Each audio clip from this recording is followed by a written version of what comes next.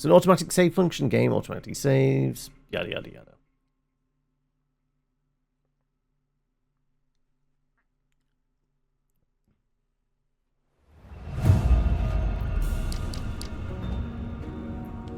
So that sounds a little on the loud side. Let's give you a nudge down to about there. Right.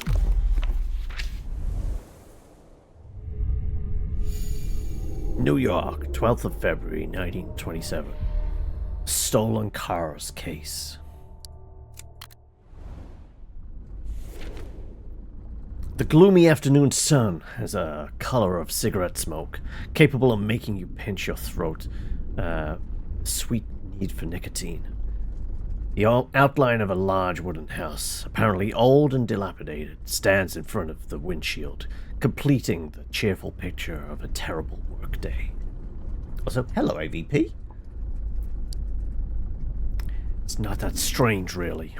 Riker Avenue is a place forgotten by God, where the bare trees and wild animals rule the roost, and people who live there usually have dirty business to hide.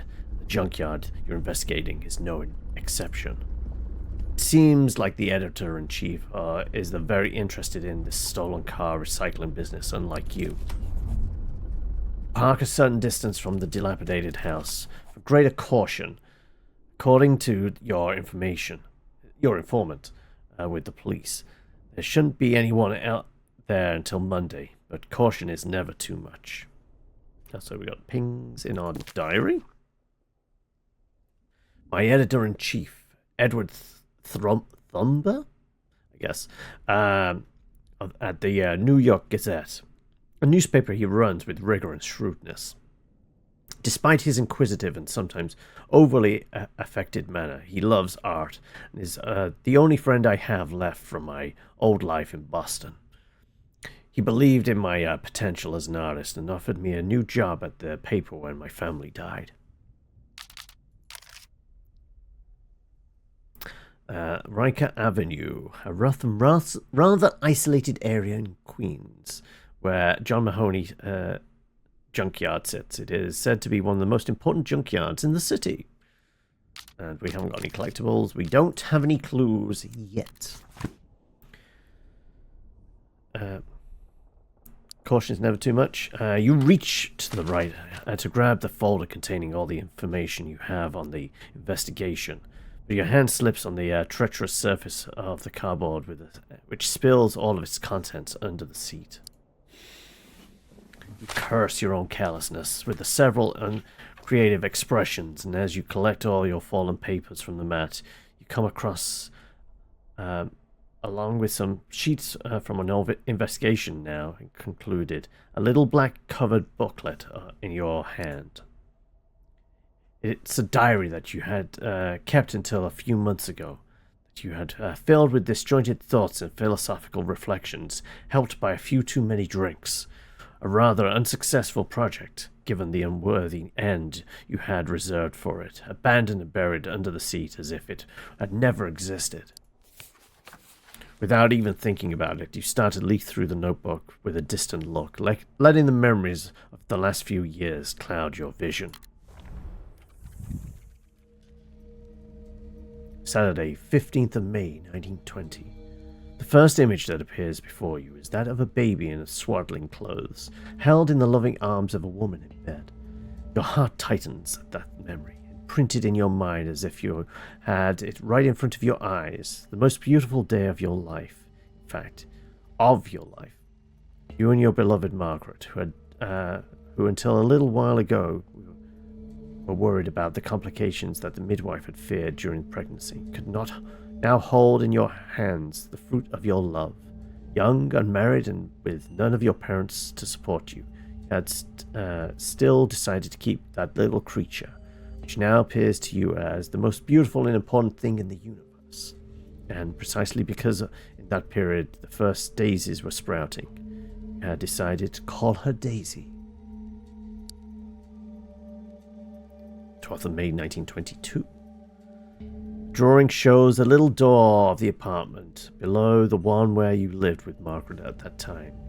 The old and poorly frequented alley near the cemetery. The place in Boston that you used to call your workshop. Painting was a passion of yours, but not very lucrative. The few earnings you came from occasional clients and the odd jobs that Margaret did. So when a very distinguished man had come to your door, you thought he was lost. Instead, he was an art critic from New York. His name was Edward Thurber. He had struck by your precise and realistic representation of the nature of things, yet pregnant with artistic feelings. He had therefore proposed that you present yourself at the Boston Art Circle. Decide to exhibit paintings of landscapes? People. Always people, right? I think, yeah, because what were we? I think the investigation we were on was like 1927. So 7 years after the fact, we're now in New York. No mention of the wife. So yeah, I think we've lost mother and child potentially. So many people had been able to see your paintings in this small exhibition. You were excited and had trouble speaking, but your new friend, with a nice glass of bourbon in his hand, was great help, acting like as a curator of your own work. You smile as you think of the appreciation you have aroused in some of them.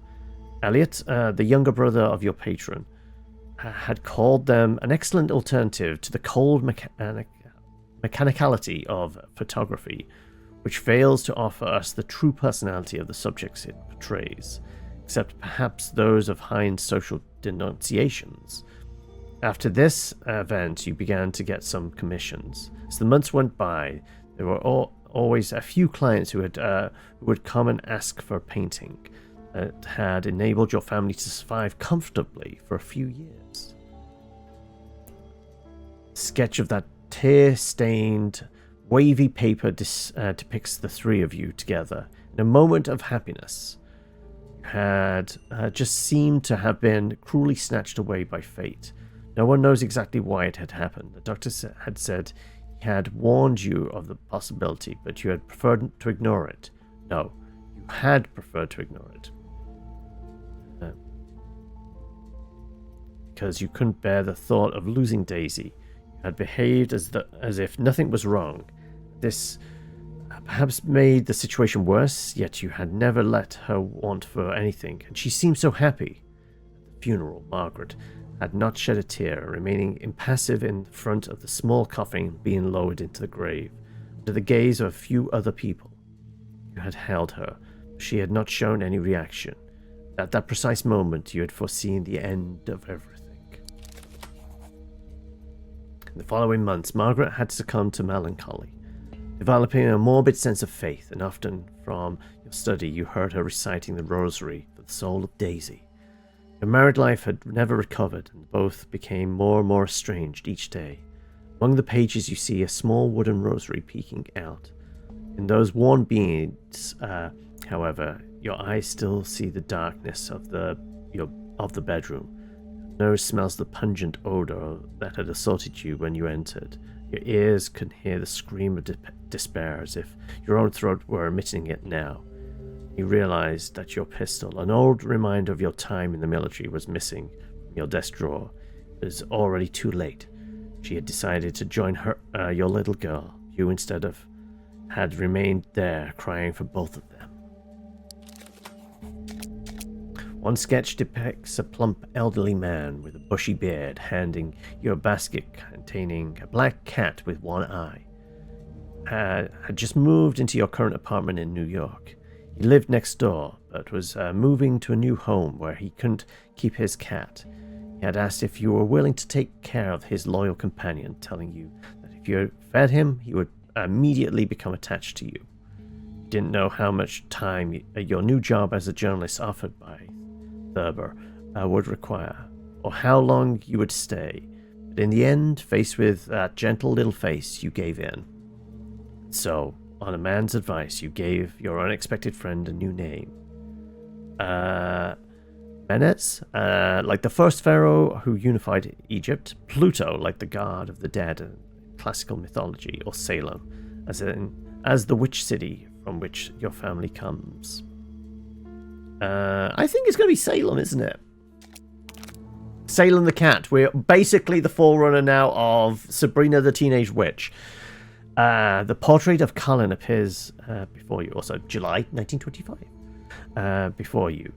He was your first friend you made in New York. You were doing research for an article on some smugglers who were supposed to sell a batch of gin to be sent to Chicago. You knew the police would intervene, and you had gone to the scene, all well hidden and ready to observe the situation. When the authorities intervened, commotion broke out. One of the criminals started firing a machine gun, forcing the police to retreat while his accomplices secured the load. One of the officers had fallen to the ground, wounded by a bullet. The aggressors had him at gunpoint, ordering his colleagues not to play any tricks. However, you were close enough to intervene. Made a noise to attract attention. You attacked the aggressor and threw him to the ground. Making a noise feels like that's probably going to get the cop shot. But I presume the fact that we're alive, 2-3 years later, whatever it was. I'm sure it was like 27, wasn't it? I've got to presume I didn't get shot, or at least not too badly. You stopped thinking and started running. The criminal saw you coming at the last moment and threw himself at you to try and stop you. He started firing randomly, and at the moment of excruciating pain hit your shoulder. Okay, we did get shot. Shortly afterwards, you lost consciousness and collapsed on the ground. Then you succumbed to unconsciousness. When you woke up, the police officer the criminal was threatening and for whom you had intervened at the expense of your own life was in the bed next to yours. He'd introduced himself as Detective Colin Wright. You had smiled and introduced yourself in turn. During those days of convalescence, since he himself had to recover from a bad wound, you had talked a lot. It was then that you realized you had found a friend in that big city. However, someone else had written the article.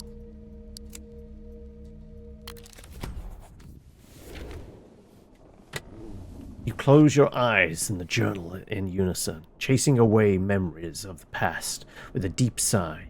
You put the journal back in its place in the and focus on the real reason for your presence in Riker Avenue.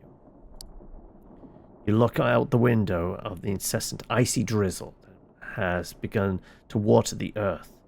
You snort and regret not having brought an umbrella. You then go back and through the papers in your folder, checking that you are in the right place, summarizing any information you might be useful.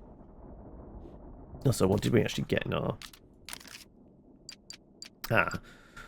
Colin, Margaret, and Daisy.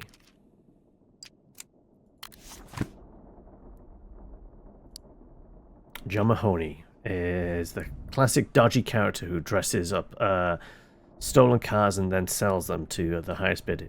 Wasn't John Mahoney like Frasier's dad in Frasier, right? An uninteresting and moderately dangerous item. Worst combination.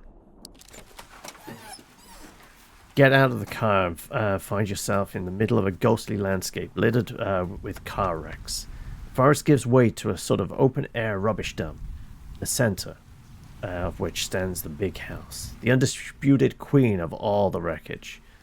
The force with which you stand out against the desolate sky is almost painful to the eyes, while the wind carries the mournful squeaks of rotting wood, which all in all seems to defy the weather and the cruelty of time. Quaint indeed. Oh, we actually have a name now. You make the comment half-mouthed sarcastically, warding off the need to smoke a cigarette to relieve your nervousness. Compared to Manhattan, this place is incredibly alien. It seems so far from civilization, but you wouldn't have to go that far to reach the sea, with its harbors and ships. Searching for clues, you pass Tin Cemetery and find yourself on one side of the house, your watchful gaze gliding from side to side, hoping to uncover some information that will end your investigation as soon as possible. Well, that's macabre. A doll pinned to a tree like that. What the fuck? What's a doll doing on a branch? Not aware that Mahoney has any children. So, paint. Can of black paint. Well, Wouldn't repaint the living room walls with it.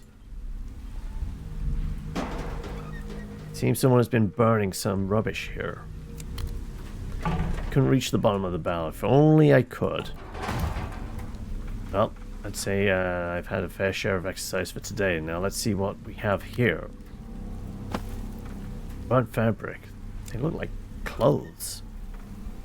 They burn them to keep warm, or no, it's winter. It's not that cold. Must be something underneath. You have found evidence for stolen cars. Oh no, I have to find evidence. I was going to say the burnt clothes aren't going to be it. Looking through the burnt out rubbish, you anticipate it, anticipation of this wonderful day. Right. Cracked windshield. A bucket of black paint, a black Chrysler. It's not as if they went... Okay, I never get all that. I always thought I was not sophisticated enough for a Chrysler. Right. We got anything else other than the shed here? The bolt on the door is completely corroded. You must find out what they were hiding inside. Try and break it with your bare hands. Kick the door? Never mind. I'm gonna kick the door. No way. Cops make it look so easy. To find something heavy enough to help me break the bolt. Right. Can we find anything else? Let's have a look. What else we got? Collectibles. Right. Well, the Riker Avenue doll is not appearing to me. Okay, there's the doll. A doll found at Riker Avenue, strung up on a branch of a tree. It looks rather old and shabby, but judging by the fact that it's not discoloured by the weather, it's probably only been placed there for a short time. Some burnt pieces of cloth. I think they might be the remains of clothes. There is hardly anything left. The fire has almost completely devoured them, along with all the contents of the barrel they were in. Still make out the colour. Some are black or grey, some are blue. Really too little to say anything else. Is there anything else I can click on?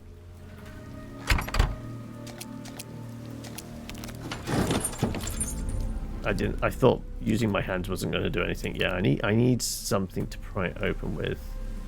Yet to see anything we can interact with. Oh, is that loose earth? Someone has buried something. Some baby shoes? I have a bad feeling there is more to this place than just recycled car traffic.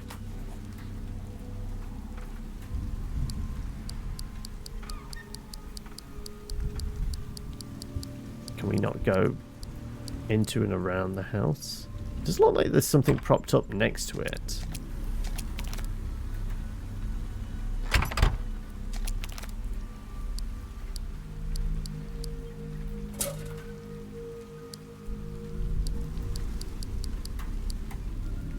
Alright, let's see if there's a... Well, tab brings up that.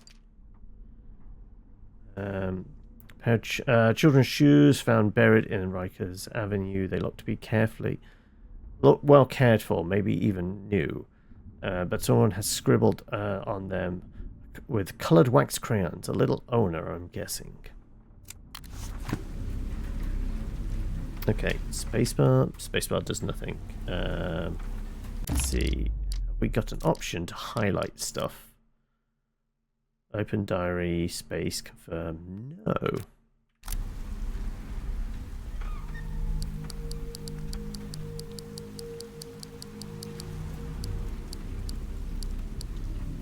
Can't, like, turn?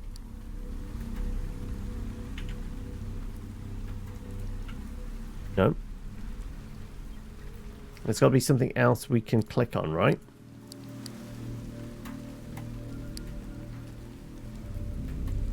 I mean, isn't this the evidence of stolen cars? Characters, John Mahoney, collectibles.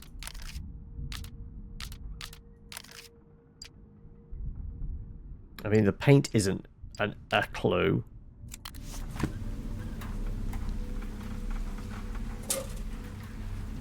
I wonder if they make all the cars the same color. Maybe because black goes with everything. Yeah, so it's the same text each time we click on that. Yeah. It's changing. Yeah, I can't actually seem to see anything else that... Actually, rock. Okay. Well, it's a large stone. I don't think it stands much of a chance against a rifle, but it's certainly better than my knuckles. Right, can I use rock on... Use large stone, there you go. Except, well, struck blow. Perfect. Certainly more useful here than Mahoney's head, and less illegal. Right, well... I would say that these plates are not here for collecting. I have what I need to close the damn investigation. There's also a big machete here. Butcher's cleaver. Who knows what poor ladder did to Mahoney to deserve this. Also liquor. Curious if this is Mahoney's private stash or if he's reselling bottles at a premium. Full of gasoline. Some of them are ready to indulge in pyromania or to sweep dust under the carpet. A little less dusty than all the other junk around here. It's probably been used recently.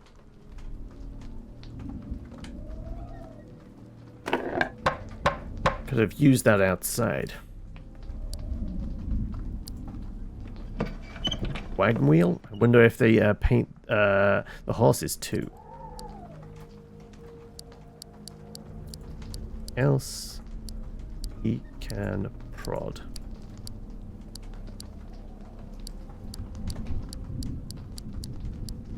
I guess not.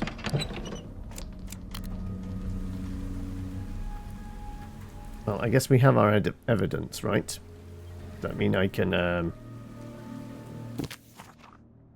crack this case wide open?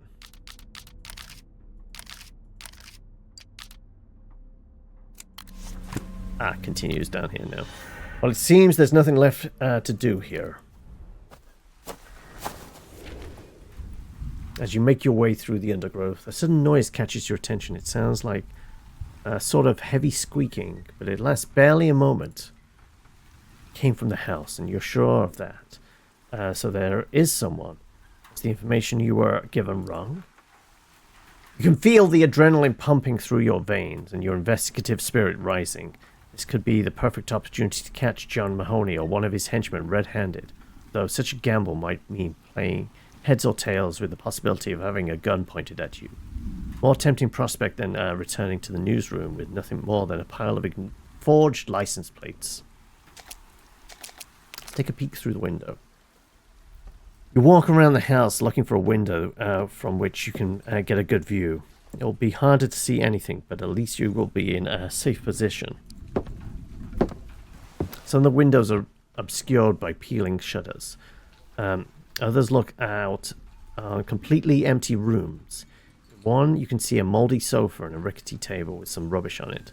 Nothing else. Finally, there's a small window at the back. Its glass cracked, but clean enough to peer inside. On the other side of the glass, you see a small room full of piles of junk. The first thing you notice, illuminated by the only beam of light that enters the room, some sort of overalls crumpled and abandoned on the floor. Gaze continues to follow the bright blade chasing across the floor until it crosses the silhouette of a child. You blink and sharpen your gaze, shocked by the bizarre vision you see through the encrusted glass. It does not change. It still presents... Well, I'm noticing a knife and possibly blood, right? Vision, that encrusted glass, but it does not change. It still presents the same image, the child embedded in the stark shadows of the shack. First thing you can think of is to make sure that baby is okay, but your eyes cannot help but debunk all the lies you're trying to tell yourself. Baby is completely naked, curled up in an unnatural position. There is blood. Lots of blood. You squint and back away for a moment. What kind of place did Thurber send you to? It was only supposed to be the lair of a car thief and not the scene of a nightmare. You're still trying to process the image of the child cowering in the reddish puddle when the door of the room begins to open, forcing you to shift your gaze to the figure emerging from the dark doorway. Well, that's not the car thief, is it? Like, that's very Cthulhian? Looks like the size of a man. The resemblance to humanity ends with this tragic realization.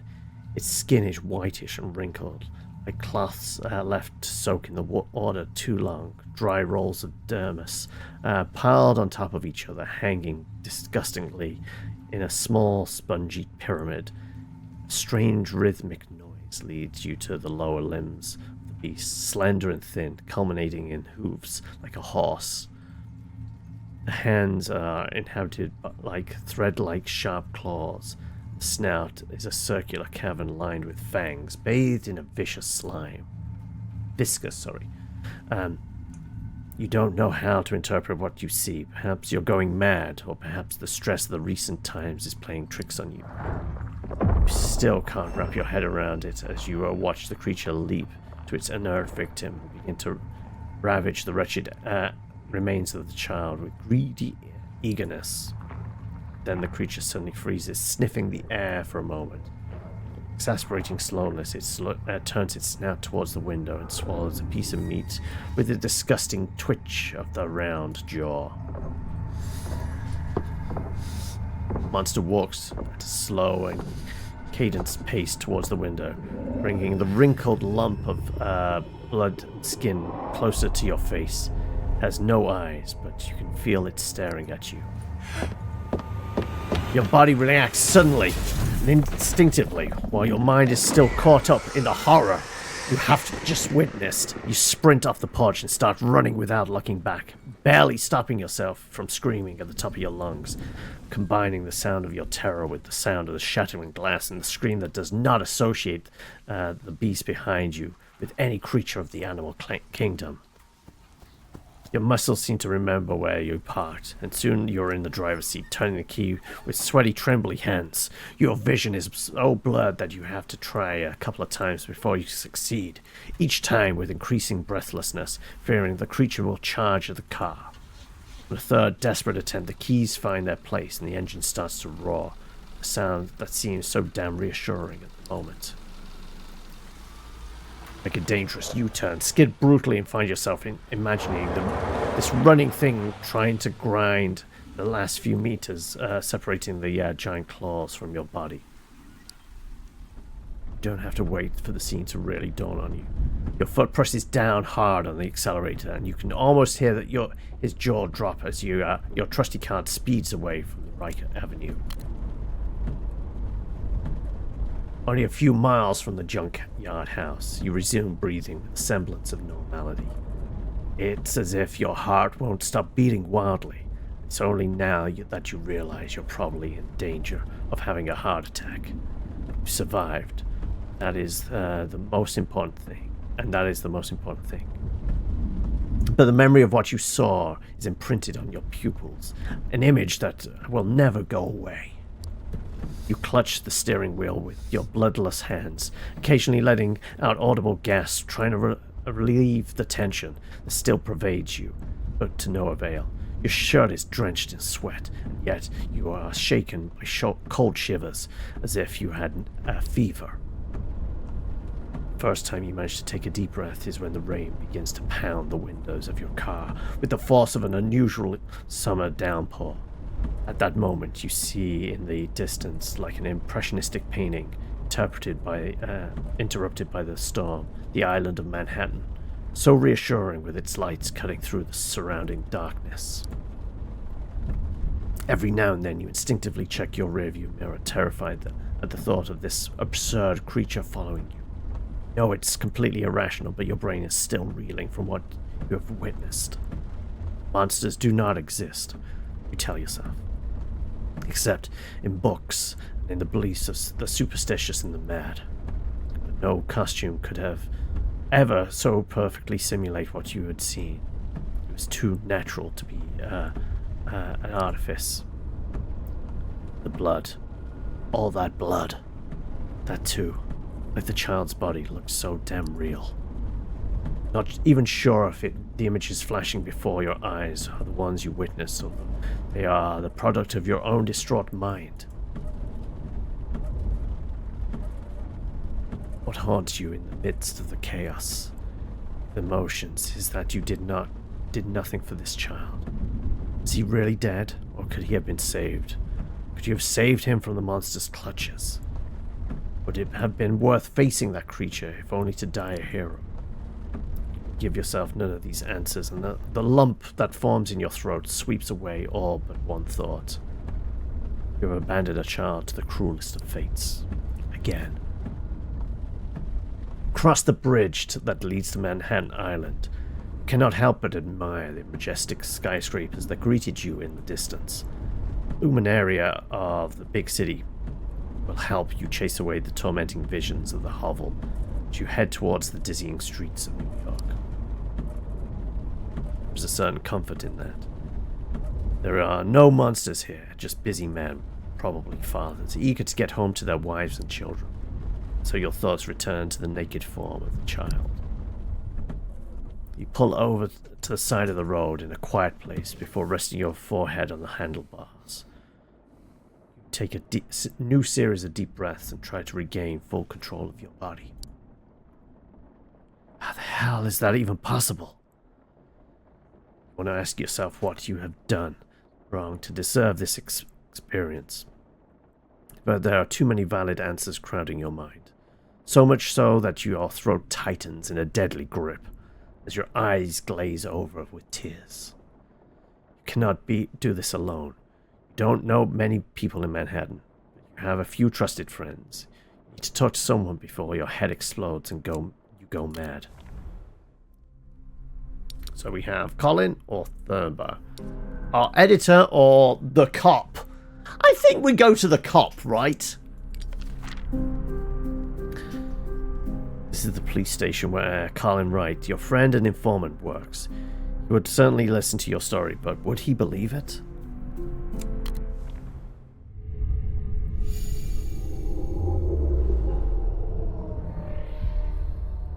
Act 1, Cities of Secrets and Shadows.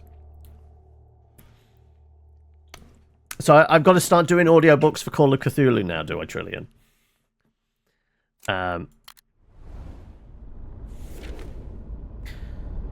It's getting dark, but Fifth Avenue is as busy as ever. You drive past the police headquarters where your informant, Colin Wright, works, and as far as you can tell from the outside, it doesn't seem to be very busy. You find a car park a short distance away and slump in your seat for a moment, thinking hard about what to do. Colin is not only the person who passes on otherwise confidential news to you within the police force, but he's also the best friend you have found since you arrived in New York. After all, you saved his life, or at least suffered a very serious injury for him, and he remembers that very well. That's why you trust him, and know he'll listen to your story without blinking an eye. While you're still trying to think of the right words, you notice a policeman sticking a flyer on a lamppost. The rain stops for a few minutes, and you can make out a tiny figure on the paper. Your heart skips a beat, and a sinking feeling creeps into your mind. Wait for the officer to walk away before you open the door and step out, your body protesting vehemently, still aching from the accumulated tension. You look at the flyer for a long time and breathe a sigh of relief. It's a report of a missing child, but one picture looks very small indeed. 1-2 years old at most. Certainly not the same one you saw being torn apart by the monster. As soon as you start to read the inscription on the paper, your eyes open wide. Among the various characteristics of the child printed on the paper, age stands out, 4 years old. The photograph is obviously old today. The child must be older. This is a knowledge weighs heavily on your mind as you try to reconstruct the features of that defenseless little body, abandoned in a pool of blood on the smiling drawing of the child in the poster. At the bottom of the poster you find an address of the family. That at the time of his disappearance he was wearing a blue suit with black trousers, no coat or hat, that the only distinguishing feature was a small scar on his lip. Try to convince yourself that it is coincidence. After all, there are many children who disappear every day in New York. Children of illegal immigrants, children abandoned by their own mothers, or unwitting victims of a settling of scores. This child was from Brooklyn, a long way from the old shack on Riker Avenue. And yet, despite your best efforts, you can't shake the thought that this couldn't have been just a coincidence. You look at the entrance to the station and study it for a long moment. You and Colin have been exchanging information under the table for almost a year now. You have your rituals, your favorite place to chat away from prying eyes of his colleagues. However, this is an emergency. You cannot wait until your next meeting. But you also know that if his superiors found out about your little arrangement, your friend would most likely lose his job, if not worse. You also have no idea if he is on duty that night. Once inside, you hit by the hot, stale air of the place. A collection of uniformed human bodies darting from side to side, while your ears are assaulted by a myriad of voices talking over each other, trying to get through the constant ringing of telephones. Now you have to decide what to do. Making a complaint in a normal way to the first available policeman would not risk exposing your relationship with Connie. After all, no matter how upset you are, this is still infanticide. On the other hand, you've seen something you can't yet digest. Perhaps only Colin wouldn't think you're crazy. You could look for him among the officers and pretend to meet him by chance, hoping to look as natural as possible. Never try your hand at acting. Ooh, we're going to try and find Colin. File a complaint. I mean, I kind of want to go find Colin, but I feel like that's what most people do. I want to see what happens if we just try and file a complaint. Do we coincidentally find Colin anyway? You rush up to the first policeman you come across, blocking his nervous stride and explaining that you intend to make a report. The policeman, who is rather young and looks a little nervous, stares at you for a moment with a dazed expression, nods his head several times and invites you to follow him. At that moment, a familiar silhouette stood between you and made you breathe a sigh of relief. We do find Colin regardless. Yeah, okay. Hey, Franz, everything okay? Your informant smiles at you both. But you feel that he is trying very hard to make you feel the full weight of his presence, although you are not sure whether this pressure is directed at you or at the younger colleague who, with some uncertainty, explains to him that he is about to take over your case. I'll take the gentleman's statement. If I'm not mistaken, the boss was looking for you a few minutes ago. In an instant, the agent's face is literally washed in cold bucket of panic. So much so that he disappears into a small pile of stuttering excuses. You stare at the little man as he clumsily collides with one of the desks that clutter the building, causing a small eruption of fluttering papers. Then Colin waves you to follow him, presumably to his desk. Within moments, you will find yourselves in front of a cubicle filled with paperwork, files, and unprecedented amounts of notes of all kinds, all piled on one of the tables near the entrance to the police station. Give me all the details. The man sits at his desk, maintaining a formal tone even though no one is paying attention. Well, I find yourself muttering softly, not quite sure what to say. Despite all the minutes you have taken to prepare a convincing speech, the words refuse to leave your tongue, blocked by something unseen that constricts your throat and leaves you gasping for air.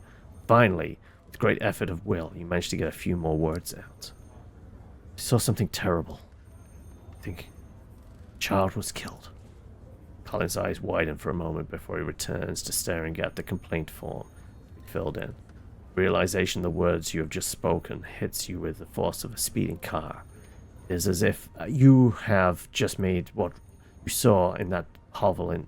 Just made real what you saw in that hovel in Riker Avenue. It wasn't real before, just an image burned into your mind. Now it feels like the fire is actually burning. So, as you said, this friend of yours refuses to return the books you lent him some time ago. I see. In fact, it amounts to theft. With this false statement, Colin rescues you from the abyss created by your own words. In a tone of voice high enough to discourage any agent with a fine ear. On the other hand, no one cares much about skirmishes between old friends, do they? You nod a little strangely while the other notes your data on the sheet with the mechanical precision of someone who's used to do this many times a day. Did you park nearby? He suddenly mumbles so quiet that you can barely hear him. You nod and tell him where you parked your car. Give me 15 minutes, I'll join you. He says flatly, then returns to a more formal tone in which you can even detect a hint of annoyance, as if the detective manages to identify himself perfectly from the officer on duty, who is forced to listen to the whining of yet another ball breaker, irritated by this and that equally annoying person. Well, we'll see what we can do. Goodbye. With a handshake, you walk out of the station and quickly make your way to your car. Colin opens the door of your car and gets in the passenger seat. You couldn't help noticing how cautious he was about this simple action, almost as if he expected to be spied on. Sometimes you think he's exaggerating a bit, but maybe it's just professional defamation. Without saying a word, he waves you off. You start the car and drive back into Manhattan's evening traffic, under a downpour that doesn't seem to want to stop. The two of you remain silent for a while. I've been in this situation before, where your friend waits until he is far enough away from his place of work to be comfortable with the conversation. You sigh with a vein of irritation, as if to remind yourself that the station is a long way away. You've been circling for a few minutes now. You said you saw a child killed? Tell me everything. Yeah, his eyes are full of anticipation. You can see why. Colin is a family man with 2 young children, so it's not surprising that the news seems almost personal to him. Come to think of it, one of the things his superiors often accuse him of is getting too emotionally involved in cases he follows. Remember the junkyard on Riker Avenue? I saw him being devoured by a monster. I have a hunch it is William Gaffney. Wait, that's a name that's just cropped up. Who the fuck's William Gaffney? I mean, we definitely don't that... Oh, Billy Gaffney. Here we go. Oh, that's the kid on the poster. Didn't actually get that before. Police station. Clues. Hand suit. But he nods. He knows exactly what it's about. He was the one who passed the information about the place. I was there today. I saw a child in that shack. I don't know if he was dead or alive, but he was in bad shape. Very bad. There's blood everywhere. God, if only I could get that scene out of my mind. Colin remained silent for a long moment, watching your hands tremble on the wheel. Wouldn't know if it at first glance, but he's a very tactful man, also very sensitive. He's shown that to you many times. I can only imagine the horror you must have felt when you came across such a scene. You have John Mahoney's profile, but I must admit I've never thought he could be such a monster. Not at least because I know for a fact that he's out of town, as I told you. Takes another long pause, massaging the roots of his nose with his fingers, as if trying to collect his thoughts on what he just learned. I don't know. It must have been some kind of revenge. They must have killed that little boy to get back at someone. If only we had some proof. I think that's a typo. The L there? I think it's... I have them. I found fake plates at the shed next to the house. That should be enough to arrest him, but that's not enough, Colin. There's more.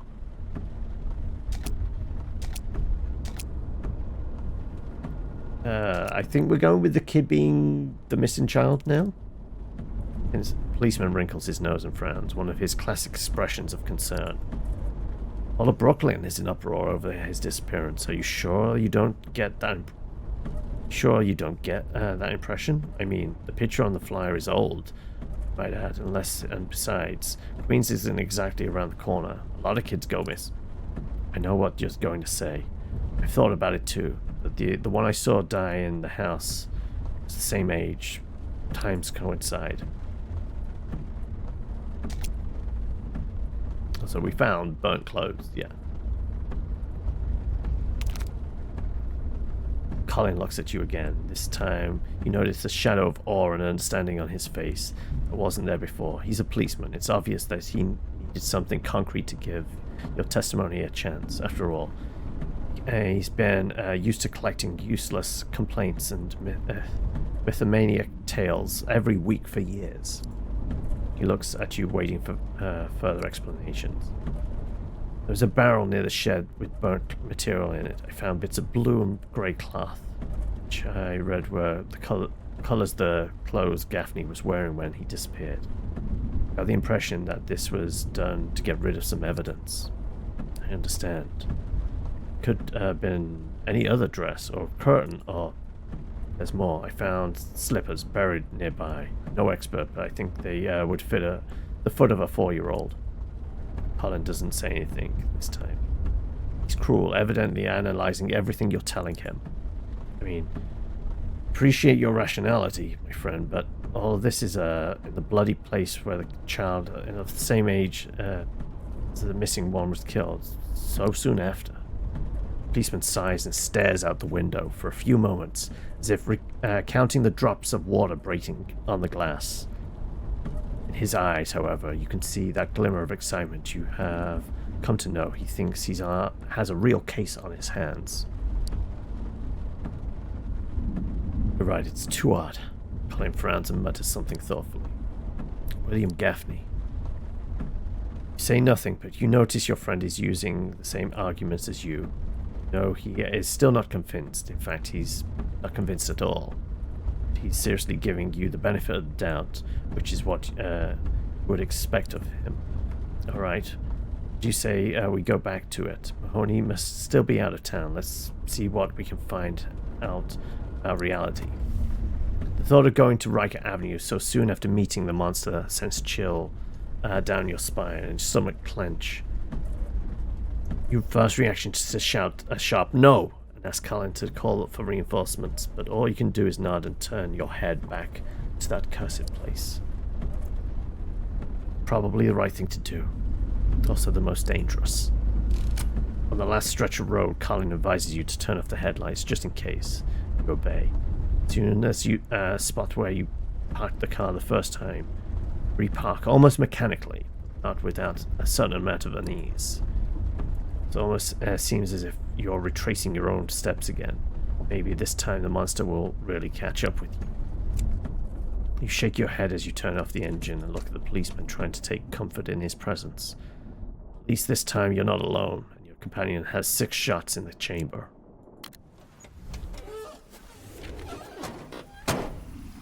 Both get out of the car now that the rain has finally stopped. Move with extreme caution. Everything is dark around you, but a cloudy sky provides enough light for you to move between the car wrecks without stumbling.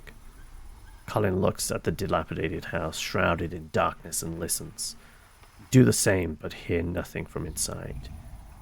But you can't shake the fear that that creature is hiding somewhere. Your heart beats wildly as you approach the house. Just then, your friend pulls out a torch. The beam of light pierces the darkness and blinds you for a moment. You flinch and whisper to Colin in a low voice, afraid someone might hear you.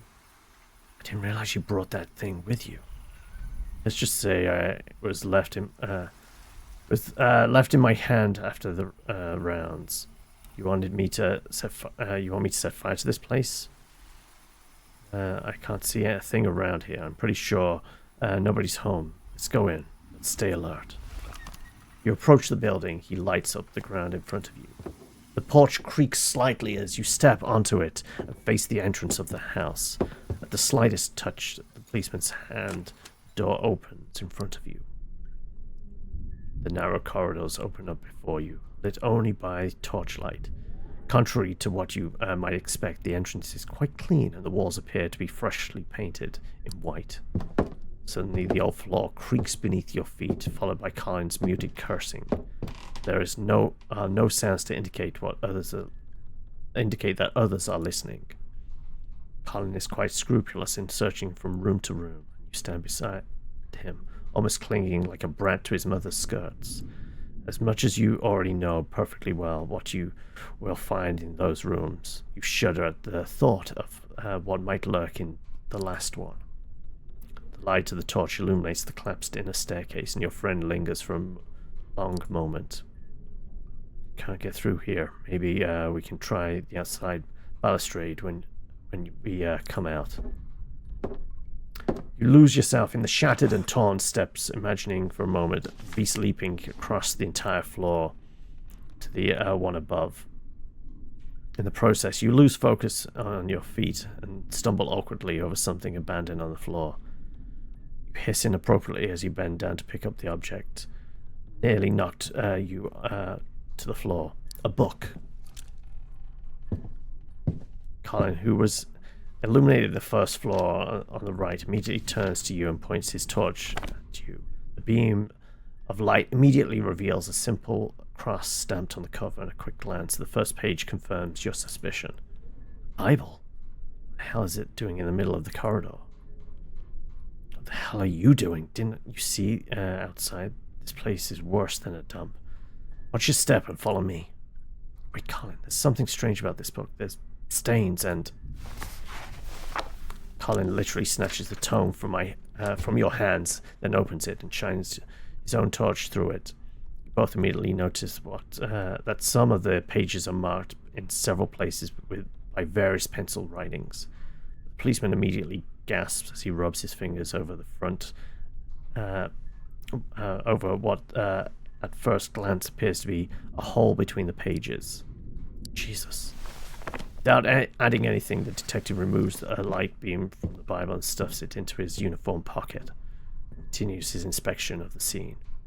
You, on the other hand, promise to ask him to look at it when you get back to the car. I've never seen your friend react like this, and you do not want this clue to end up in police files, from where it will never return. You enter the narrow hallway, which is overlooked by a couple of doors. The one on the left, there is only a mouldy sofa and shabby coffee table, a remnant of a time when someone actually lived in the house. The first room on the right, on the other hand, opens onto an empty space with only a chair in one corner. Finally, you come to the last small room that in itself gives you a feeling of claustrophobia, made worse by the fact that it's full of junk stacked on top of each other. Without saying a word, you instinctively point to the spot where you remember seeing the child's motionless body, imagining that you'll find its remains. But when the light illuminates the ground, there's no shred of flesh or severed limbs. In a way, you feel relieved. You can only imagine Colin starting to rant about how you made it all up. Instead, the policeman remained silent and bows to the ground. There's something here. Traces of blood. Do you believe me? He sighs, not quite knowing what to say. The situation is objectively strange, but again, you put yourself in his skin and realize that he would need something more concrete. Blood doesn't even look old, but the first thing that comes to mind is that this was a settling of scores, maybe. Don't you think there's still enough to get Mahoney arrested? He must know something about it. The policeman nods and seems quite convinced. You know what? Gaffney or not, I've been on this case for far too long. So yes, I'll make do with the blood and try to squeeze out as much information as quickly as possible. Otherwise, I risk seeing my daughter get married before that jerk ends up in jail. By now, I even dream about those stolen cars at night. So, you leave the shack, much to your relief. It is about to rain again, but your friend has not forgotten the upper floors. As you watch as With an agility you did not suspect, he places his feet on the railings and lifts himself up to the roof. Points his torch at you and tells you to wait there, so you can see the light shining into the rooms you've not visited. You approach the porch, resting your hand on the wooden pillars supporting the sloping roof. Only after a few moments do you realize that you're holding your breath, waiting to hear something from up there. Your mind conjures up horrifying scenes of your friends' heartbreaking screams breaking the silence of the night. Banish those visions and cling even tighter to the column. To relieve the anxiety, you try to think of the next steps. First, the Bible, and second, Mahoney. All you have to do is wait for the police to arrest him. After a few minutes, you hear Colin descend with a thud and approach calmly, allowing you to breathe a sigh of relief. Nothing. I'm a bit disappointed, but then again, it doesn't look like anyone's been up there for ages. Such a layer of dust that it felt like London in fog, given the amount of grey it was. Oh, heading into the lurk hole. Never mind, Eli. We'll see you in a bit. Well, if not in a bit, see you tomorrow, hopefully. Get into the car and drive back to Manhattan. The thought of that book continues to haunt you. You can't help but stare at it as Colin holds it in his lap, one hand resting on the cover, and you work up the courage to ask what you have been thinking about for so long. Do you mind if I take it? I'd like to have a look at it. Then I'll give it back to you before you make the arrest. You don't need to frame Mahoney, do you? The policeman snorts and turns the object back over in his hands. All right, keep it. Honestly, it's more important to have found those bloodstains, and well, as usual, you've shown a good instinct, better than most of my agents. Let's do this the usual way. If you find out anything interesting, let me know, and I'll let you know when I get back to Riker Avenue anyway. That way, just in case, you'll get it back to me sooner. You're finally home. It seems unreal that you have finally reached your apartment at the end of such a crazy and dangerous day. Your one-bedroom apartment is far from luxurious. In some ways, you've never really felt that it belongs to you. You lived there for a few years now, but it is as if something temporary, until you can go back to Boston or find a new job or a new life somewhere else. You have no idea. This thought grips you every time you cross the threshold, but you can find no peace in this torment. The only touches of you are the art books carefully arranged on the wall shelf and the small painting of you with Margaret hanging on in the bedroom. Even that only weighs on your heart. You will never get used to how much your life has changed in such a short time, how much pain it has caused you. Maybe you should just throw the picture away, but you can't.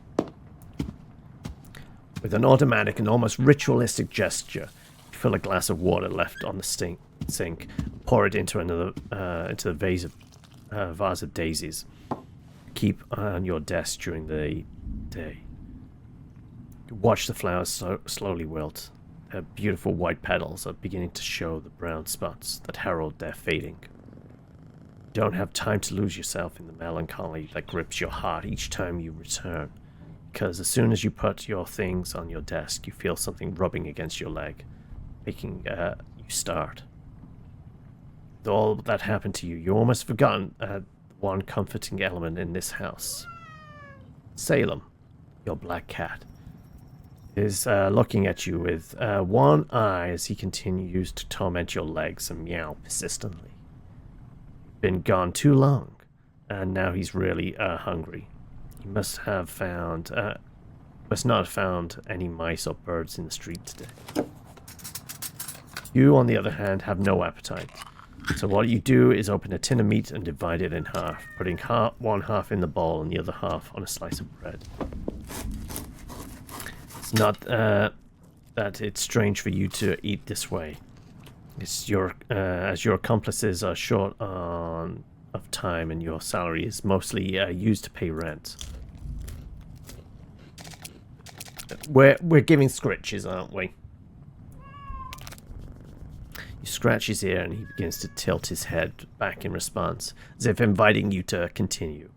You watch as he bends it down further and further, so much so that you smile at the thought that it might be difficult to continue cuddling him when he falls out of his chair in bliss and the bliss painted on his face.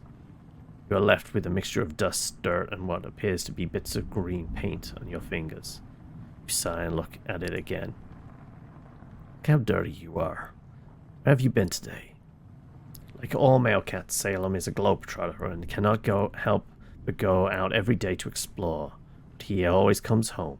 He's incredibly loyal to you and never fails to show his affection.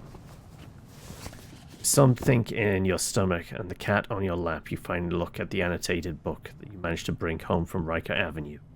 It looks like an ordinary Bible, kind sold cheaply and found everywhere in homes and hotel rooms.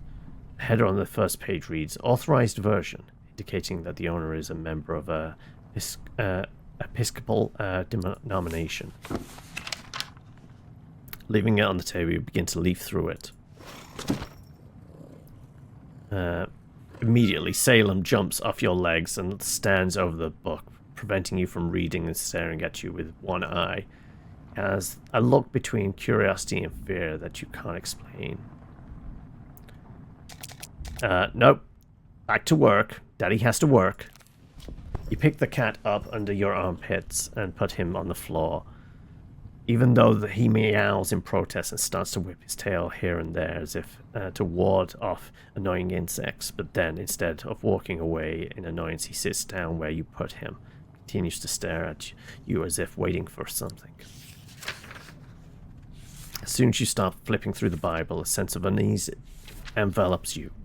Many of the pages are marked with pencil lines indicating a whole series of passages that, for the owner, must have had a certain importance, in fact, a lot of importance, considering how determined and marked the handwriting is. But that's not the strangest thing. Many pages have small holes in several places, as if they had been penetrated by small, thin needles. All the holes are surrounded by strange, rust-colored stains, which almost struggle to be seen in the yellow of the pages. Immediately think it's an obvious thing of blood. Also, small touch, I like. You might not need to pick this up on the stream and that. Just the slight undulation of the page as we're reading this, as it leans into the eldritch horror of it. How did it get there? Whose is it? In particular, you notice a point in Genesis marked and pierced several times as if it were of great importance. Perhaps it's a hallucination, but the stains on those lines seem fresher. The text narrates the moment that when Abraham is about to sacrifice his son Isaac, as commanded by the Lord. In the margin, in small handwriting, you can read, I must offer a child in sacrifice to purify myself from sins, iniquities, and abominations in the eyes of God. Your head begins to spin as if this vision has delivered the coup de grace to your already overworked mind. Fall back in your chair, barely finding the strength to close the book, to spare yourself the horrible sight and feel of nausea rising in your stomach. Notice Salem has stopped staring at you for a moment, so barely smiling at him, more to encourage yourself than him, you get up and head for the bedroom. You feel really exhausted after this day. The second-hand gramophone you had managed to pick up at a bargain price sits on the coffee table, staring at you, as if it were inviting you to relax with its music, but no, you don't have the strength to do anything other than throw yourself onto your bed. As you approach the mattress, your strength fails you and you fall back onto it. You feel the blood pounding in your temples like a drum. You barely manage to grab the sheets and pull them over you. You probably have a fever. You wouldn't be surprised considering what you've been through. Could all this really have been the results of an illness? What if it was a delusion? Oh, your head hurts too much. Before you close your eyes, you take one last look at the picture of you and Margaret. Your breathing becomes even harder. You sink your head into the pillow and try to let go of all these thoughts to finally find peace in sleep. The warmth of spring sun caresses your face as the grass brushes against your fingertips, tickling you pleasantly. You don't know what's taking Margaret so long. In fact, you can't even remember what she's doing. Deep down, you're glad you have some time alone with Daisy. In fact, it might be time to see where she's gone. Get up reluctantly and begin to stroll through this garden, surrounded by luxuriant shrubs under the heroic and pompous gaze of the classical statues, which almost seem to condemn your listless laziness, as if they had never known the sweet tranquility of an afternoon spent relaxing with their families. The whole place is filled with the sweet scent of roses, lilacs, and honeysuckle. Not that you're a botanical expert, but Margaret has always had a green thumb, which has served you well in painting some of your favorite landscapes. After passing the statue of a young Bacchus, mutilated in his umpteenth celebration of alcohol and carnal pleasures, you find your little Daisy not far from that armless, ivy-covered Venus. She seems to be picking flowers, so you stop to watch her, not daring to disturb her moment of serenity. You stay there, silent, until your daughter stands up, clutching a bunch of daisies to her chest. Although you don't seem to have seen them in the garden, the little girl doesn't seem to notice you, gazing dazedly at the horizon, her eyes veiled with an emotion you can't interpret, but which could wipe out your happiness with the flick of a wrist. Then turn your attention back to the daisies, at least until the dark silhouette looms over you, the shadow of a man you don't recognize. You don't know how, but you're certain that no one else should be in this place, and yet this strange, icy presence covering your daughter's sunshine pervades you with a deep sense of unease. As if captivated by this presence, the young girl begins to walk away, past the flower meadow and towards the strange ruin you hadn't noticed before. It appears to be some kind of ruined chapel, a structure that has little to do with the pastoral setting of this garden. Try to focus your gaze on the little shrine, but it's as if something escapes you each time, as if the chapel suddenly finds itself in the world that rejects it, every little particle of it. Hello, Fizz. How are we? It is then that you notice the strange stones that make up the architecture, so perfectly aligned that there is only a single sharp crack between them, almost as if the whole place were held up by strange infinite spaces, were never filled in, rather than by the solid rock that piled up violently to cover those cracks in the horizon of things. The twisted cross that stands at the top of the chapel has arms that seem capable of piercing the sky and making it bleed, as their wooden contours make it meet in the central bolus, a crossroads that has no definite beginning or end, a chasm that contains itself. Perfect apposition of two perpendicular lines. The center of the blasphemous sanctuary, a great silhouette of indescribable forms awaits your Daisy. You know it, and it frightens you. Daisy, stop! Daisy, stay close! You freeze. She just turns to you and she smiles. She resumes her stride towards the ruin. It's enough to snap you forward, ready to follow her and protect her from whatever waits beyond the threshold of those arches under the vaults of the little chapel, so little more immaculate than reality. So extraordinarily little more perfect. Pull up to the porch and peer into the huddled darkness beyond the door Daisy has just plunged into. The light only briefly reaches the floor of the building, which is made of planks that look like dirt. Come closer as your heart beats wildly, telling you to plunge into the darkness to retrieve your little one, while your brain screams to be careful. Only then do you notice that the mud on the wood has a strange shape of hooves, horse hooves placed in masses, as if a horse or donkey had danced in the temple in some kind of blasphemous ritual. A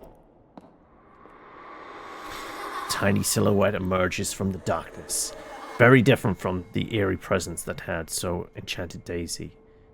He is a child of your daughter's age, and even though he remains in the dim light, you recognize him as the one from Riker Avenue. You cannot make out his features, but you're sure it is him. His appearance is not substantial, but translucent and pale, like a blurred photo. And behind him, a larger figure looms, with that stretched out hand and those huge claws that you'll never forget. It's the shadow of the monster.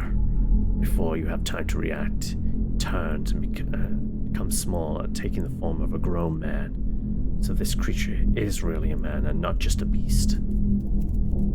The child opens its lips and looks as if it is about to say something. Just then something comes between you and him, suddenly bursting from the earth like lightning. The tiny creature arched its back menacingly, puffing it up its fur in an attempt to intimidate you, while its feline breath pierces your ears, forcing you to back away. Salem? Cat stares at you, and then do you notice that it has both its eyes, both green and speckled deep, blocks your path, scratching. That's loud. Scratching the floor with its claws, while the child and the man behind it dissolve without a trace, and in your perception, Daisy becomes increasingly distant and unreachable. A blurry silhouette against the thing that inhabits the ruins of the sanctuary. You want to run towards her and prevent her from reaching her destination, but Salem suddenly starts meowing, a sound that shatters your eardrums. It really is! This is quite painful! And forces you to your knees, gasping in pain. I mean, props to the sound design in this. You shout, but the sound does not stop. Oh, thank God for that. You ran out of your flat and down the stairs in twos, risking a dramatic fall, contrary to your daily routine. You did not hear the alarm clock, as you were lost in those deep, tormenting dreams. Even Salem did not jump into your bed to look for food that morning, and you even noticed that he had already climbed out the window. Out the window you always leave open. You step out into the streets and are greeted by the comforting coolness of the morning, the smell of smog that from the cars whizzing through the streets of Manhattan. As you get into your car, you start the engine and you realize that despite the unpleasant night, you feel much more rested. It's obvious that most of your sleep was peaceful, disturbed only by the scenes that still so vivid in your mind. However, the light of the day seems to dispel these memories, and somehow you feel even more determined to shed light on the shocking events of the previous day. Parked not far from the headquarters of the newspaper where you work, the New York Gazette, a large anonymous building that has become your second home. It's not that anonymous, it's got like the name stamped across it. First, considering how much time you spend there. As soon as you cross the threshold, you are greeted by the sounds that you have come to know it so well, as they are now part of your daily routine. The bustle of collies, the rustling of papers, the incessant ticking of typewriters. People you pass either greet you politely or simply ignore you. You don't have any particular problems with any of them. You know what they say about you. An unknown who has assigned an article in a very short time with his own name, practically without doing any groundwork.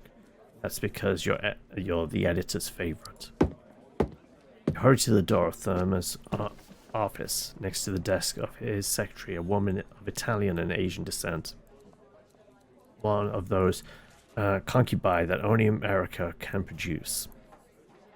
She's quite young and pretty, and since you have been in New York, you've tried several times to ask her out, always receiving a mighty 2 in spades.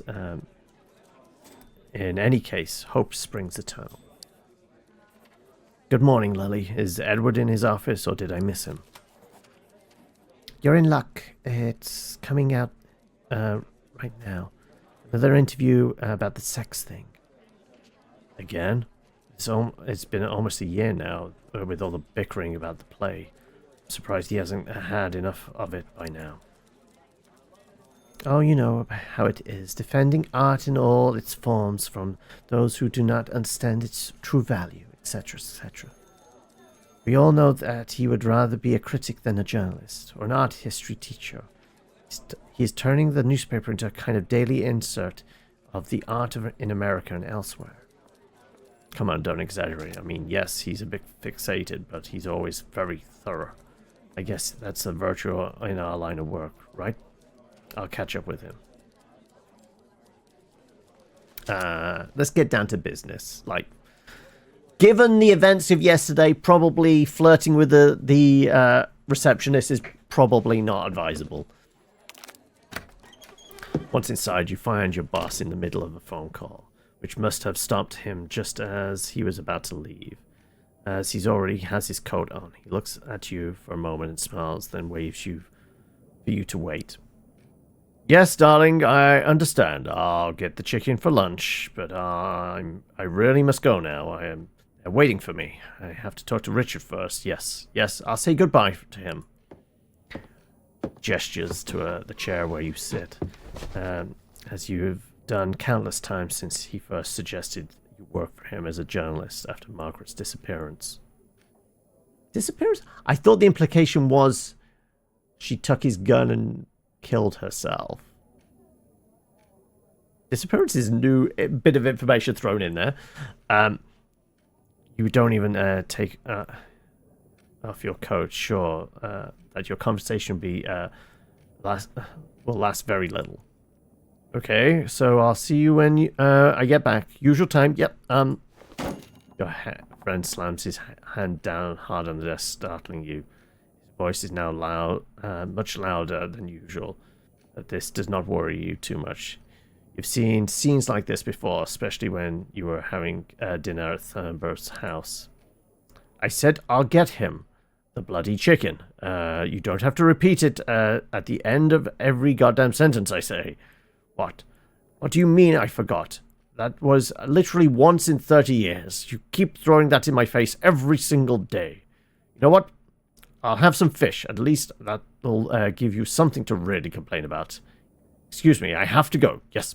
Yep. Have a nice day. He hangs up violently and shakes his head, rubs his temples with his fingers and closes his eyes as if to regain his lost composure.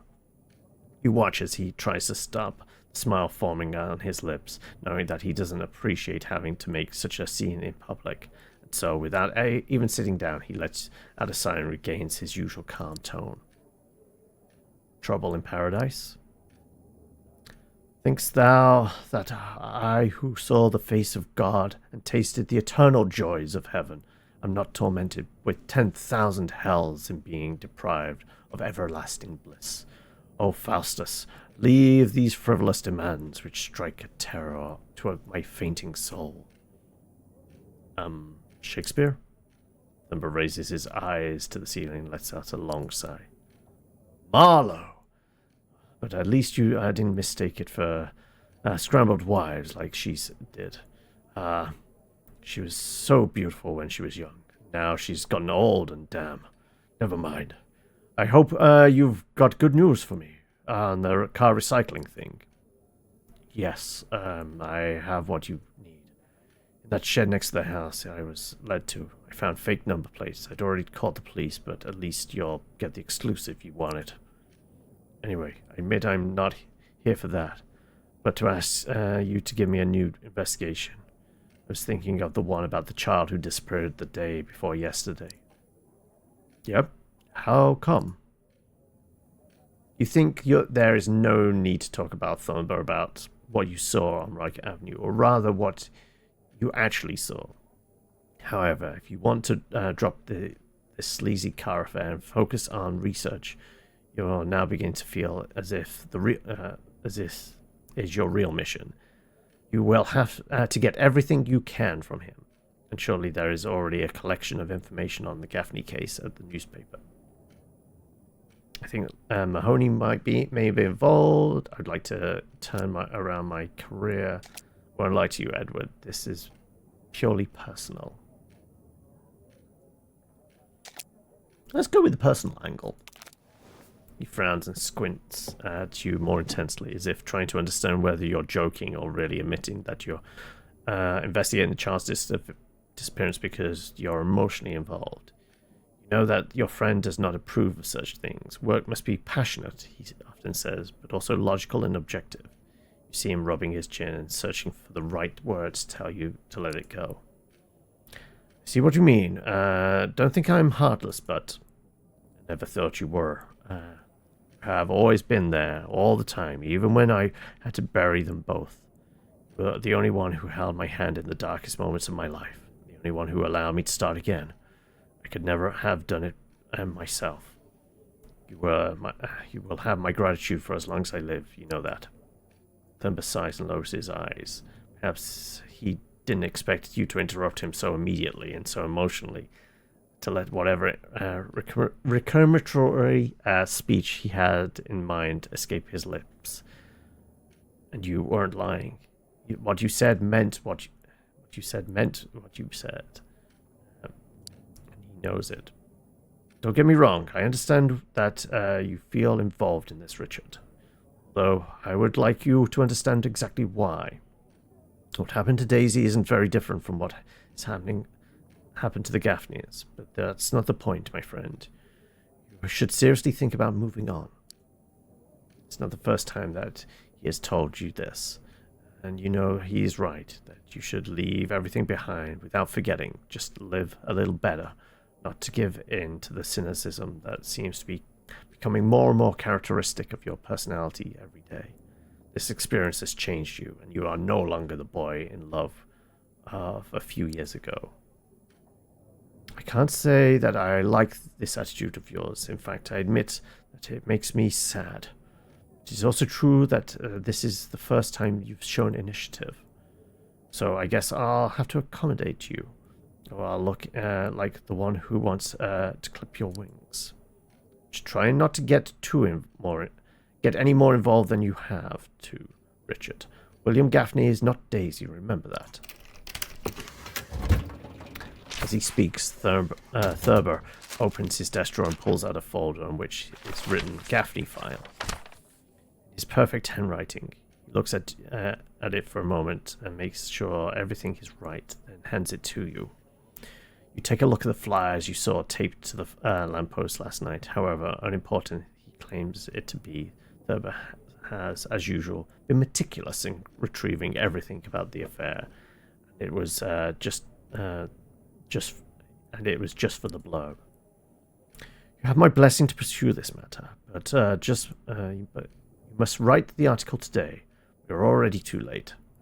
So, if I were you, I'd talk to the people involved first. Just be careful, as I understand that the Gaffney house is being staked out by the police to prevent onlookers from entering. What is the police view? Inspector Sullivan, well, this Gaffney must have gone off on his own, but I don't know how much sense that version of events makes. There is this other child, William Beaton, who says the boogeyman took him away. However, he does not seem inclined to pay any attention to such testimony, I suppose because it comes from a child. Hello, Claire. How are we? You nod and pick up your clipboard and rise from your chair. Maybe you should thank him, but you know that pleasantries are often useless with Thurber. He is a lover of manners, but he appreciates results much more. So you just smile and nod. You open the door and turn around one last time to see him picking up some papers from his desk before leaving. Oh, Edward, remember the chicken. You leave the office like a cat's, with a cat-like snap of as you hear the copy of yesterday's paper crash against the glass of the door. Lily winces for a moment, then looks up at you and rolls her eyes at the ceiling before returning to her typing as you walk away smiling. You're alive, are you? That's a good start. Has it been more dishonored More challenge runs and such? If so, have we had success? Okay, this is going on for a while now, isn't it? I was expecting, like, this is supposed to be a demo, just an epilogue, or whatever, prologue. And we haven't really collected a lot of clues, have we? Weird Bible. We've got our cat, receptionist, and Colin there.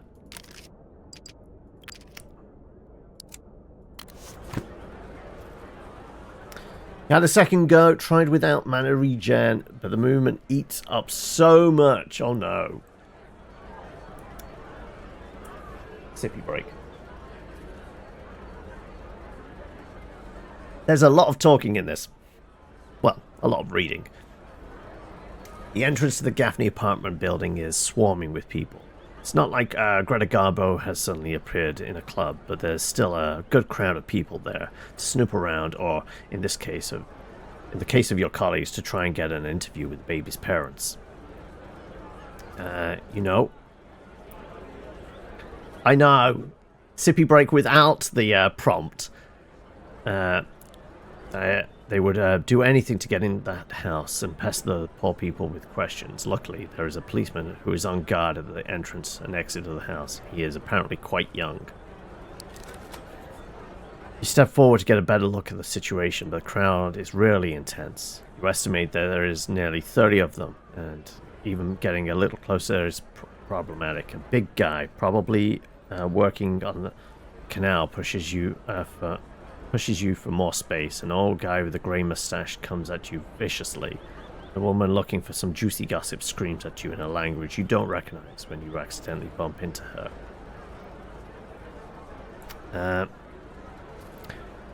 You're going to try without elixirs instead. Get mana from drink, health, and food, both from drop assassinations. So you've basically still been landing on people's heads, have you? First thing that comes to mind is that you can get a little insight into this situation by listening to what the people are saying. A lot of your colleagues do that, it's true, but they tend to gather random information and stitch it together to write an attention-grabbing piece. Practice Thurber has strictly forbidden all his staff to engage in. Everyone is talking about the Gaffney affair. It is inevitable, but something catches your attention. It seems that last night the ambulance stopped in front of building and a woman was taken away. So you approach a man who is talking about it, perhaps one of the neighbors. Hello, sir. I heard you talking about an ambulance. Can you tell me what happened? Well, I don't know much about it, but last night we saw Mrs. Beaton being put on a stretcher and the ambulance taking her away. Who knows what happened to her? Poor thing. Maybe it was the fear of what her son, who was playing with the gaff, he was risking when. Do you happen to know where she was admitted? Oh, I think it was Prospect Heights Hospital. That's the closest. It was lucky that the husband was at home. The guy was always working. It had happened when he was at the office. Don't get me wrong, there are good people. You listen to him for a while as he tells you a little personal anecdote vaguely related to the Beaton family. What really matters to you is the fact that their son was in the company of William Gaffney when he was kidnapped. As your editor-in-chief had mentioned to you, promise yourself to visit the hospital if you can find the time. It could be useful for your research.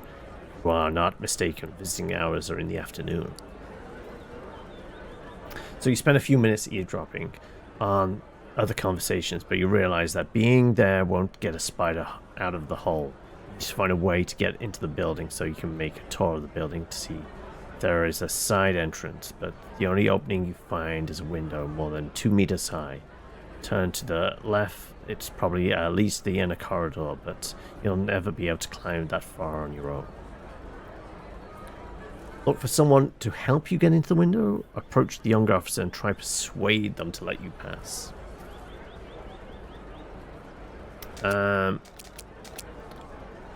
Kindness of others, or how is our charisma stat? Let's find out. You push through the crowd to get to the entrance of the building. Again, you are pushed back and forth, collecting a number of curses, to which you pay little attention. Eventually, you come to the policeman standing guard in the house, in full uniform and looking very attentively at the handful of rowdy intruders to the place he is supposed to protect.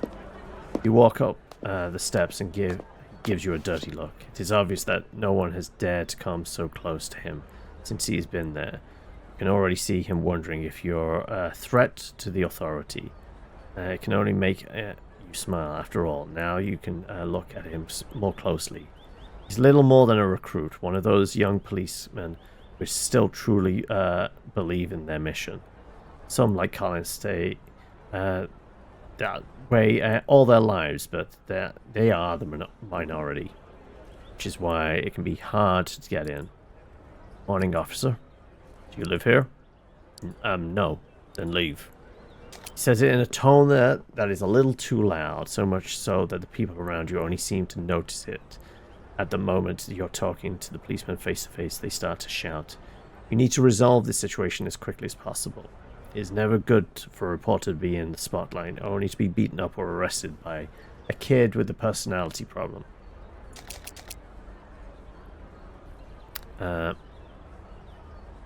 Pretend to be a fed. How did we read the file on the way over? Do we at least know, like, what her maiden name is?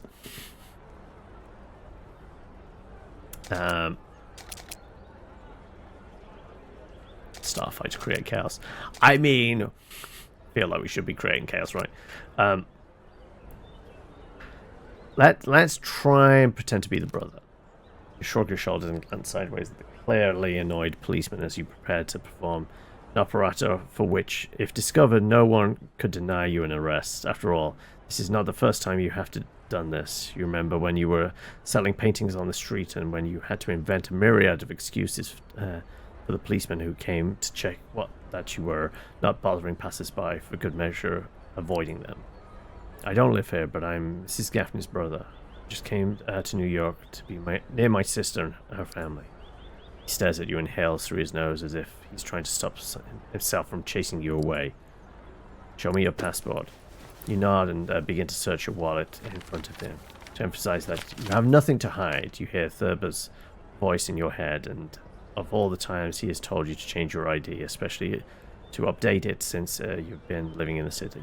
However, your melancholy and your refusal to let go of the past only have once again got the better of you. Lucky for you, you think. The policeman looks at the photo and nods a little too theatrically after confirming that the portrait is of you, only a few years younger, and begins to examine the various passport entries with all the all too focused flair. Seems almost like a child playing detective, but one who wouldn't get away anywhere with a real case. So Richard Upton Pickman, and you're a painter, and you live in Boston. Can you tell me the address? You roll your eyes and without hesitation tell him your old house, where your old house was. Imagine that he follows the instructions in Perfect Policeman's Handbook, where she advises that anyone who presents a document in this way should be questioned to make sure they are not stolen. Imagine, too, that the hypothetical thief is stupid enough to not look at the document first in order to avoid such a trivial trap. Or illiterate, of course. Well, and tell me, when were you born? You also tell him your date of birth and huff and puff. Yeah, like, we are literally... This is me, just prior to my career as a reporter. However, he seems neither concerned about your impatience nor satisfied with the answers he has received and begins to puzzle you. Tell me, if you're really Mrs. Gaffner's brother, how come your name is Pickman? Why do you think? Because it was our father's surname, or do you think my sister was called Mrs. Edmund Gaffney before she married my brother-in-law? No, of course I knew that. It was just a checkup, just a routine check. His eyes dart frantically from side to side as he mouths open and closed nervously. Perhaps he is checking to see if there are any colleagues around who might have witnessed his faux pas. But fortunately for him, no one seems to have paid to endure this embarrassing spectacle except you. So with a rueful look, you reach out to him and get your passport back. Sure, here you go. Come on in, Mr. Pickman. Walk down the corridor, checking your folder for indications of which apartment belongs to the Gaffneys, and you discover that Thurber was even more meticulous than he let on, as usual in his fact. After just a minute, you find yourself knocking on one of the anonymous doors of the building. Taking a deep breath to try and shake off the tension from the adventure you just experienced. Maybe you should really put less passion into what you do, or Thurber will start to believe that you really enjoy being a journalist. In reality, all you care about is finding out what happened to William Gaffney. Now comes the moment of truth. A visibly tired man, probably only a little older than you, opens the door. First thing you notice is his really important nose, one of those things that you get that would be the butt of a joke. One of those things, but the sad eyes of Mr. Gaffney, as you imagine him to be, take away from the desire to lighten the mood. His dejected face, you can read all the pain a father can feel at the loss of a son. You have a pang in your heart seeing yourself in that moment so similar to him. He asks you who you are. You hesitate for a moment. Good morning. My name is Richard Upton Pickman. I'm a journalist for the New York Gazette. Sorry to bother you, but I'm here to ask if you would be willing to answer some questions. Man sighs. There's no irritation in his attitude, only exhaustion, as if he's been involved in that scene an infinite number of times in the past few days, and you can well imagine it's true. Who knows how many other journalists, most likely the same ones who are still besieging the building, have bothered him for the same reason. However, if your competitors have written articles about them, complete with photos, it's clear that the Gaffs are not entirely resistant to talking about the incident with the media. You just have to find a way to convince them to do it once again. I have information on your son. I'm working with the police. I'm trying to shed light on the case. Please, I absolutely need this interview. Probably not the begging. That probably is the wrong way to go.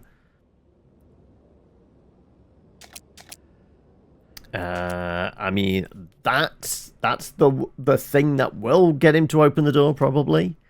But probably should not mention the monster, right? He frowns and looks worried.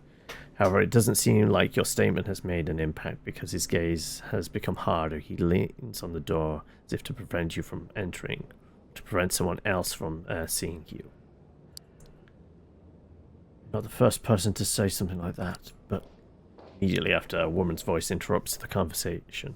It comes from the apartment, which you can't see due to the darkness in which it seems to be enveloped. Her tone, although broken, too much crying, is rather agitated. Did you come here to make fun of us, too? Mr. Gaffney sighs and steps aside, giving you a glimpse of what must be the living room of the family's small home. You have to strain your eyes to see through the darkness of the heavy curtains are drawn to cover the windows, preventing morning's light from illuminating the cramped space. The air is still, warm and stuffy, enveloping you. Light and heavy caress at the same time. It almost seems as if time has stood still in this scene. Perfect subject for a Munch painting. The woman is sitting at the table, looking at you anxiously from behind her thick glasses, while two children are playing on the floor with some cloth and wooden toys, more or less ignoring your conversation. Perhaps they've seen so many strangers pass by that they've stopped paying attention to anyone who knocks on their door. No, ma'am, I would never dare. I still understand the pain of your loss, but I need to know the exact dynamics of the disappearance in order to... She stands up abruptly with new energy you never have guessed. She doesn't shout, but her voice is definitely too loud. It can be heard all the way down the corridor. Billy's lost. What happened? Don't you dare tell me that my son is... Her husband rushes towards her and embraces her. The woman doesn't reject the embrace, but she holds back the sobs that are forming in her throat and continues to tremble. Imagine that after everything that has happened, she is almost has no more tears left. As her despair is evident. Now you regret making such a serious mistake. You realize you've blown your chance. I apologize for what I said. I didn't mean to insinuate anything, really. Please accept my apologies. I turned to leave, thinking sadly about what would happen if those poor people knew what really happened to their child. But aside from the fact that they would hardly believe you, you understand that they still want hope that Billy has run away. Perhaps trapped in some building taken care of by some stranger who found him wandering. In fact, even waiting for a ransom demand would be better than what you saw at Riker Avenue. You don't have much else to do in that building. You try to go up to Beaton's apartment, but as you'd imagine, no one answers. Moreover, it was clear that after the lady's hospitalization, the husband, whether for work or to take care of his wife, would not have left his son alone at home. He walked down the hallway, wondering how to leave without arousing suspicion in the guard police officer, would surely notice that you are leaving, but never entered. You would like to avoid a third-degree interrogation, but also in situations like this, the officers tend to have an easy time interrogating people.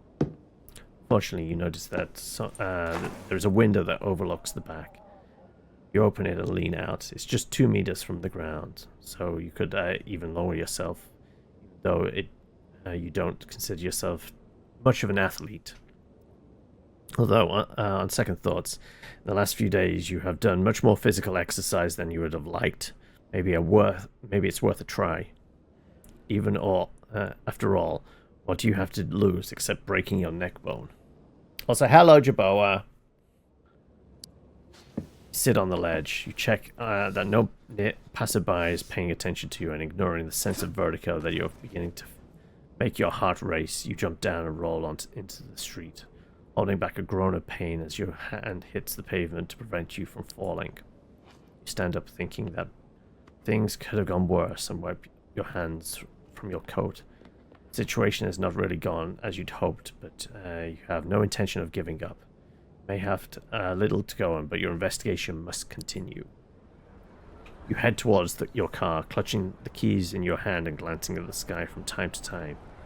The feeling of being watched grows stronger, as if eyes haven't stopped following you every move for a moment, waiting for something.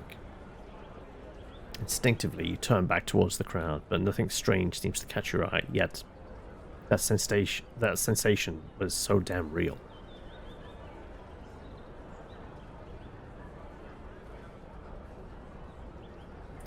I'm definitely going to have to go and get some coffee in a moment. You get into the car and flip through your notebook and contemplate your next moves. There are people you should interview and places you should visit, but how much time will you have? Will that monster remain quiet for a while, or will it kill again? How long until another innocent person is torn from their family, tortured and devoured? The Chrysler engine roars and you merge into the traffic of New York, aware that you are about to embark on an unwanted journey that promises to be worse than any nightmare. Only your determination and wit will allow you to reach the end.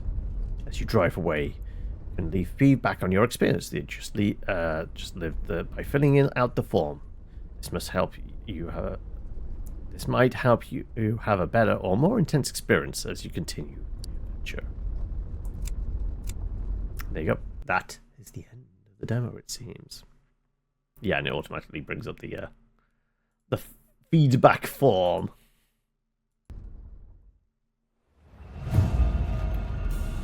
But yeah, actually very well written, and the sound design is very subtle until it's not, and then it's clearly highlighting the moments of terror and eldritch horror and such. And now, just looking at it, you can see just in the clouds faint indications of tentacles out there. So what I initially thought was just going to be a noir-ish thriller, is in fact some very Lovecraftian Cthulhu nonsense, which I'm kind of down for. So yeah, that's Omen Exitio? Hunger? I think it's one of those that doesn't have a date on like when it's set to release.